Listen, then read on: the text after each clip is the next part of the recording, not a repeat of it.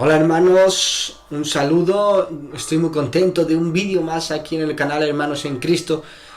Me presento, soy el Bala y bueno, vamos a hablar sobre el significado de la sangre de nuestro Señor y Salvador Jesucristo, que derramó su sangre para salvarte a ti y a mí.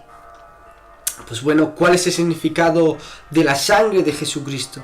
La frase "la sangre de Cristo" es usada muchas veces en el Nuevo Testamento y en la expresión de la muerte sacrificial y la obra completa de expiación de Jesús en nuestro favor. Las referencias a la sangre del Salvador incluyen la realidad de que Él literalmente se desangró en su sangre y murió por los pecadores.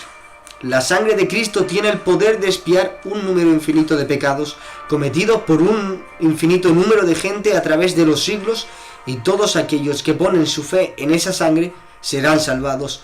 La realidad de la sangre de Cristo como medio de expiación por el pecado tiene su origen en la ley mosaica. Una vez al año el sacerdote debía ofrecer una ofrenda de la sangre de animales sobre el altar del templo por los pecados del pueblo, y según la ley casi todo es purificado con sangre, y sin derramamiento de sangre no hay perdón, como dice Hebreos 9:22. Pero esta era una ofrenda de sangre limitada en su efectividad, por lo que tenía que ser ofrecida una y otra vez. Esta era una semblanza del sacrificio de Jesús ofrecido en la cruz una vez y para siempre, como dice Hebreos 7, versículo 27. Una vez que fue hecho ese sacrificio, ya no hubo necesidad de la sangre de toros y machos cabríos. La sangre de Cristo es la base del nuevo pacto.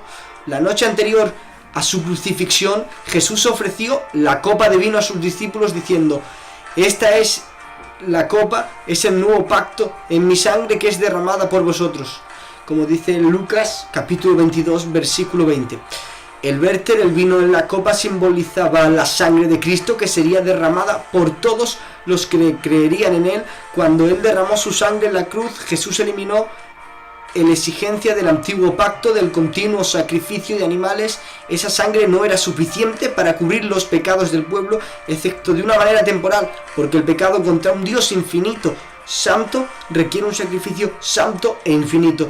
Pero en esos sacrificios hay un recordatorio de pecados años tras años, porque es imposible que la sangre de toros y de machos cabríos quite los pecados, mientras que la sangre de toros y machos cabríos era un recordatorio del pecado. La sangre preciosa de Jesucristo, un cordero sin mancha o sin defecto, como dice Primera de Pedro capítulo 1, pagó totalmente la deuda del pecado que debíamos a Dios, y ya no necesitamos más sacrificio por el pecado. Jesucristo mismo dijo: "Consumado es", mientras Él moría, y con eso quiso decir: la obra completa de redención fue hecha para siempre, como dice Hebreos capítulo 9 versículo 12, habiendo obtenido redención eterna para nosotros.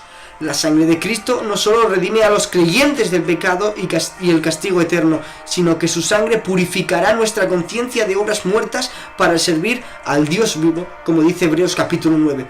Esto significa que no solo somos ahora libres de ofrecer sacrificios, los cuales son inútiles para obtener la salvación, sino que somos libres de depender de las obras inútiles e improductivas de la carne para complacer a Dios. Porque la sangre de Cristo nos ha redimido, ahora somos nuevas criaturas en Cristo, y por su sangre somos liberados del pecado para servir al Dios vivo y para glorificarle y para gozar de Él por una eternidad. Bueno, lo que quería decir. Habiendo dicho esto, también digo: usar la sangre de Cristo a la sensatez y desvirtúa la gigantesca obra de Cristo que realizó en la cruz. La sangre de Cristo no es un amuleto, tampoco es una mantra. Significa el sacrificio perfecto que quita el pecado del mundo. No rebajes su obra y uses un vocabulario común queriendo cubrir tu coche, tu tele con la sangre de Cristo. Bueno, que Dios os bendiga a todos. Espero que haya edificado tu vida. Orad por mí, yo oraré por vosotros. Que el Señor os bendiga.